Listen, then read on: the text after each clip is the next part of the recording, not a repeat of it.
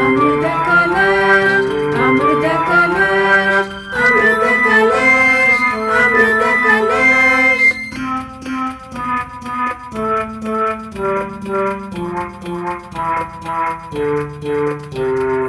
Amrithakalash, amrithakalash, amrithakalash, amrithakalash.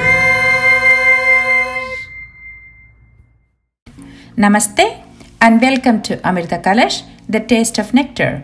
The purpose of Amrithakalash videos is to share diverse, healthy and authentic vegetarian and vegan recipes. As part of our special guest series, we are delighted to introduce talented cooks from across the globe. For this episode and upcoming episodes, we collaborate with Brahmin Recipes and Tips, BRT, a large Facebook community, to introduce a talented cook whom we will talk about in a minute. Before we do, please make sure to subscribe to our channel and click the bell icon to receive notifications for our upcoming episodes and other recipe videos. If you are interested to join the BRT group in Facebook, please check the description box for a link. In today's episode, we have Mrs. Swathi Vinaykumar, a creative cook, food enthusiast, and an avid contributor in the BRT group. Having shared many authentic recipes in BRT group, she was recently conferred the Top Contributor Award from BRT. Mrs. Swathi Vinaykumar is a homemaker residing in Bengaluru, Karnataka, India. In her own words, she is passionate about cooking and she is always enthusiastic about anything related to food, be it recipes, their history, nutrition, healthy cooking, nutrient value of ingredients, food insights, and so on. On top of it, she is a budding food blogger, recipe creator, and an aspiring YouTuber. She has a personal food blog called Culinary Vibes with 500 plus followers in Facebook and 1000 plus followers in Instagram. She has a plan to expand this further in the years to come. She came across BRT as a suggestion in Facebook groups and thus happily joined. After joining, she feels that BRT is one of the most engaging and happening food groups she has ever joined. Lastly, she expressed her excitement to feature in the Amrithakalash channel and contribute her knowledge to the wider audience. Today, in our special guest series episode, Mrs. Swathi Vinaykumar will be sharing 3 authentic vegetarian recipes from Karnataka, India: amrithapalam, akki roti, and tomato chutney. Without further delay, let us see how she makes these mouth-watering dishes. Before that, on behalf of Amrithakalash and BRT Facebook community, we thank Mrs. Swathi Vinaykumar for being part of this series. Hello everyone, my name is Swathi. I am a member of BRT since October 2020. I am very honored and privileged to get an opportunity to showcase my cooking skills. Thanks to Amrithakalash and BRT team. Today I will be cooking 3 recipes. 2 of the recipes are breakfast recipes and 1 is an accompaniment which suits very well to any kind of breakfast. The first recipe I'll be cooking today is amrithapalam. Amrithapalam is an authentic Aryavasha household recipe. It is typically a fudge made using rice and coconut. It can be either sweet or savory. The sweet version is made using jaggery and is also popular with the name halbai. There is also an instant version of amrithapalam which does not need any soaking and is made using rice flour and curd. It is also known as morkali in Tamil. Today's amrithapalam recipe is a savory version which uses tamarind and red chilies. This is our household recipe which has been passed on to us from generations. Without much ado, let's jump into the recipes. Let's have a look on the ingredients that are required. We need 1 cup of grated coconut, 1 cup of rice which is soaked, 2 tablespoons of tamarind paste, 1 medium-sized onion chopped, 4 to 5 red chilies, 1/4 cup of oil, salt as per taste, 1/4 teaspoon of hing or asafoetida, 5 to 6 curry leaves, half teaspoon of mustard seeds, 3 tablespoons of coriander chopped, 1 teaspoon of jaggery, which is totally optional, and 5 cups of water. Let's see how to prepare amrithapalam. The first step is to soak rice. Wash and soak rice in water at least for 5 hours or overnight. Take a mixie jar and add in soaked rice, red chilies, salt, tamarind paste. Here I have taken 1 gooseberry sized tamarind and made paste out of it,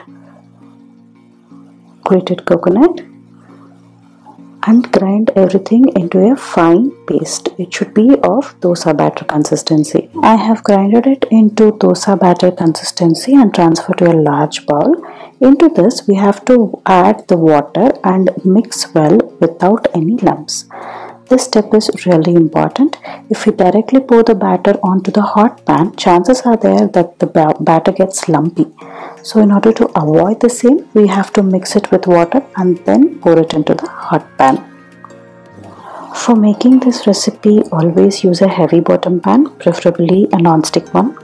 Using non-stick pan for this recipe makes a world of difference. Since this recipe requires a lot of elbow grease, I would suggest you to use non-stick pan to make things a lot easier. Coming back to the recipe, heat a non-stick pan and add in some oil. Let the oil get heated. Once the oil gets heated, add in mustard seeds and saute. Once the mustard seed starts spluttering, add in some hing or asafoetida, few curry leaves, and give it a good mix. Next we will be adding chopped onions, and we have to fry the onions till the onions turn translucent. Do not make it golden brown. Translucent will be just sufficient. Once the onion turns translucent, this is the time wherein we add the batter and water mixture we had made earlier. Slowly pour in the water and mix it with a spatula. Make sure to keep stirring continuously. If we stop stirring, lumps will be formed and it will be difficult to remove these lumps. Initially, when the batter is too watery, you can take a break of a minute or so in between, but once the batter starts to thicken, it is advisable to stir continuously.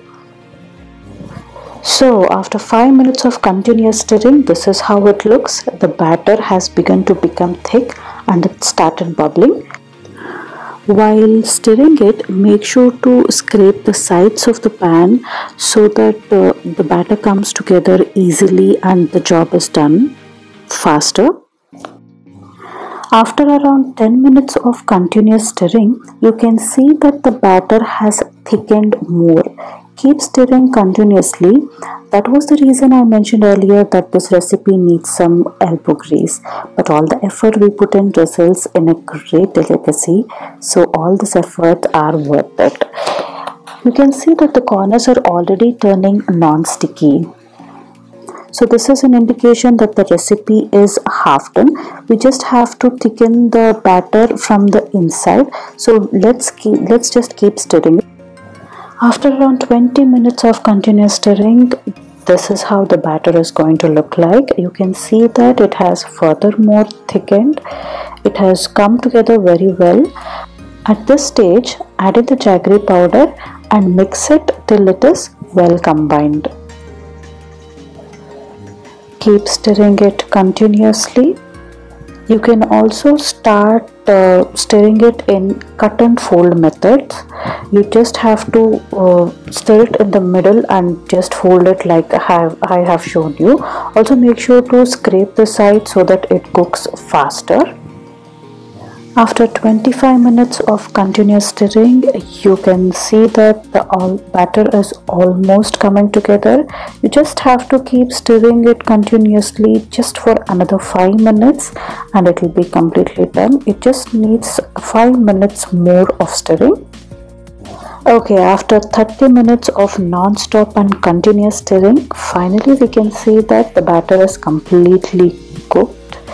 When we take it in the spatula, it should fall off the spatula. That is an indication that this dish is cooked. It should completely turn into a non-sticky consistency, and let's just keep stirring it for just another minute and then we can add in our coriander leaves. Now let's add in some coriander leaves and give it a good mix. Make sure that it is very well incorporated by mixing it thoroughly.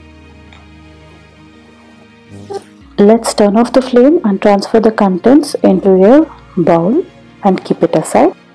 Take a clean white wet towel and spread it on the countertop. We will be making amrithapalam on this towel. Usually cooked amrithapalam is poured into a grease tray and served as pieces. Today I will be showing you the traditional method of making it using a wet cloth. So with the help of a ladle, take a ball of amrithapalam and put it on the towel. In a bowl, take some water. Just dip your hands in the water and start flattening or spreading the mixture into a disc shape. Thickness and shape can be adjusted according to the preference. If the mixture starts sticking to fingers, dip it in the bowl and wet your fingers and then continue to spread the batter. Like this, a disc shape has to be formed. I have flattened all the batter into small disc shapes, as you can see it here. Just leave it for 10 minutes. After 10 minutes, you can try to remove it from the towel. Just try to peel off from the towel and it comes out quite easily. Since we have cooked it to become a non-sticky one, it just comes off easily. Now you can put it in a plate and serve it. Amrithapalam is ready to serve. There is another way you can enjoy this dish. Just heat a tawa or griddle and smear some oil or ghee and put the disc on the tawa. Just move it a bit with your hands. Now just smear some oil or ghee around the corners of the disc on top of it and spread it and cook it till it gets a golden brown covering. Flip and roast on the other side as well. Roasting with ghee or oil takes this dish to the next level. It will be crispy on the outside and soft and flavorful in the inside. When the discs get a golden brown exterior, remove it from the tawa and serve hot. So here's the recipe of a traditional and unique dish with the name amrithapala. As the name suggests, it tastes heavenly. Please do try it out and let us know how it turned out in the comment section. Thank you. The next recipe I will be cooking today is Karnataka special akki roti and a simple tomato chutney to go along with it, which is quick and easy to make. Akki roti is a unique breakfast item from Karnataka. It is made using rice flour. Rice flour is mixed with veggies, spices and other flavorings to form a soft dough.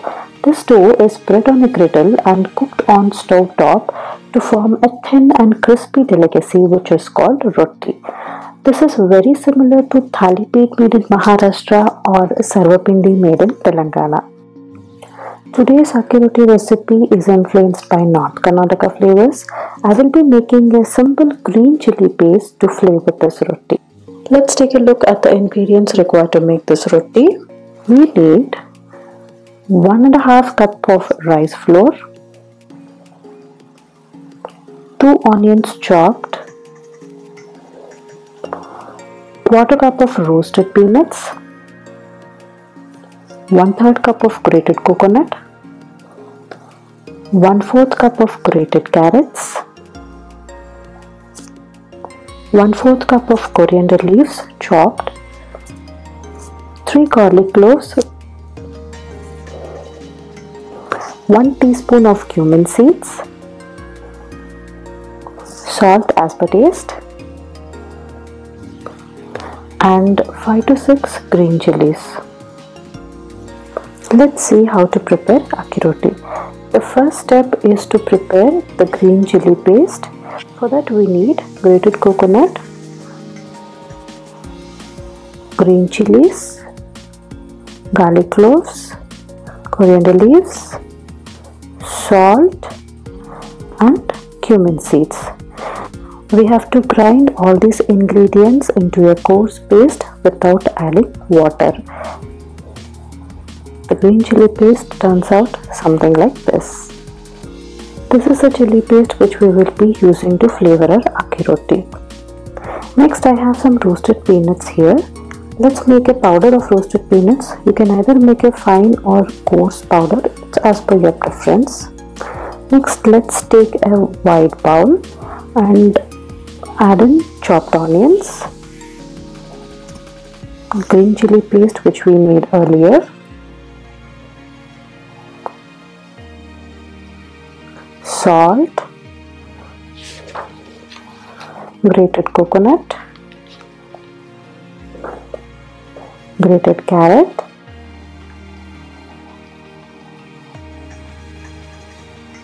peanut powder,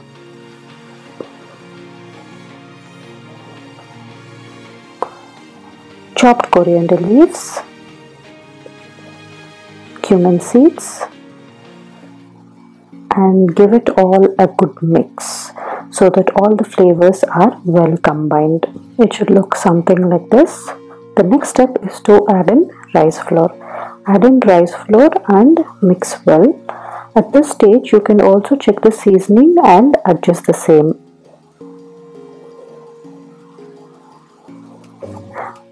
I have mixed the rice flour and the veggies.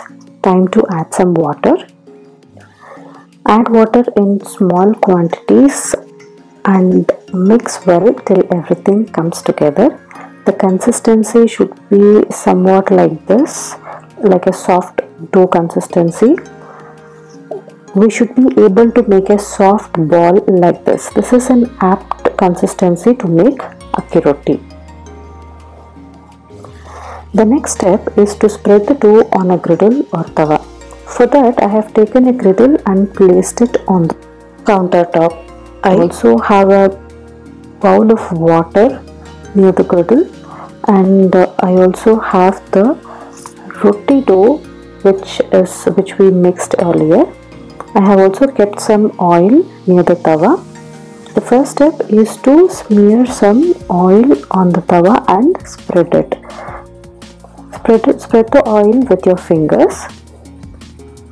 Take a ball of dough and put it on tawa.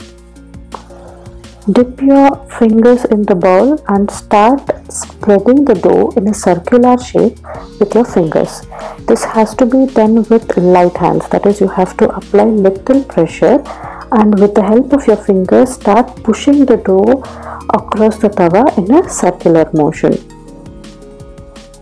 If your fingers get sticky, wet your hands and continue to spread. Flatten the corners with the help of your fingers to form a thin layer. The thinner the roti, the crispier it becomes.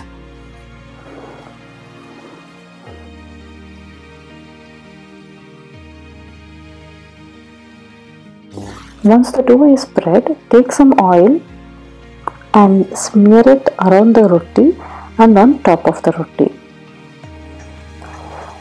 Now this tawa will be placed on the stove and then cooked. I have turned on the flame. I will be placing the griddle on the stove now. I will be taking a lid and closing it. After closing the lid, we have to cook it on medium flame for 2 minutes. After 2 minutes, open the lid.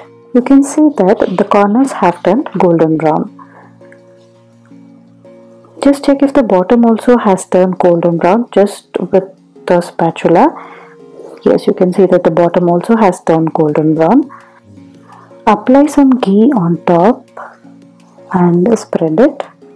Now, with the help of spatula, just flip it and cook it on the other side. On the other side, it should be cooked only just for a few seconds. Flip it again and the akki roti is ready to serve. For the next roti, we can use another tawa or cool the same tawa. I will show you how I cool it. I have taken a large bowl and I have inversed the tawa. I will pour some water and allow it to stand there for a few minutes. After a few minutes, I will just take the tawa and wipe it with a dry towel or tissue. Wipe on the both sides with the help of tissue or a dry towel, and then it is ready to reuse. Next, I will be showing a simple tomato chutney recipe that I will be serving with akki roti. Let's have a look at the ingredients. We need 2 large tomatoes, 1 small onion, 1 teaspoon of red chili powder, salt as per taste, 2 tablespoons of chopped coriander leaves, 3 to 4 garlic cloves, 1 green chili, 6 to 8 curry leaves, quarter teaspoon of hing, half teaspoon of mustard seeds, and 1 teaspoon of oil. Let's see how to make this tomato chutney. Take a mixie jar.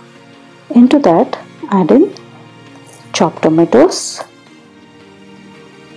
curry leaves, green chilies, garlic cloves, onions, salt, coriander leaves, chili powder, and brown sugar. Brown sugar is optional. Grind it into chutney-like consistency. After grinding, it looks something like this. It is a coarse paste and I have grinded without adding water. Heat a pan and add in some oil. Once the oil is hot, add in mustard seeds and saute.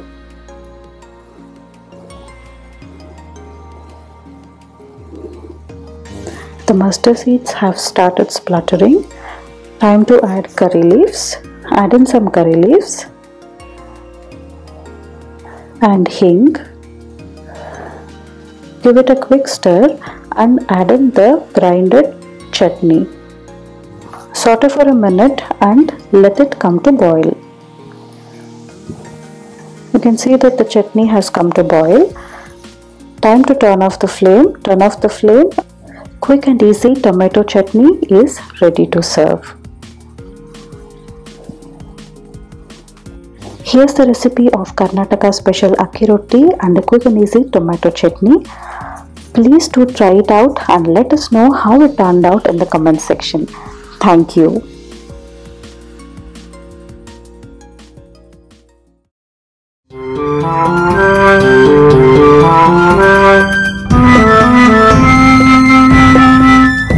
Amrithakalash, the taste of nectar.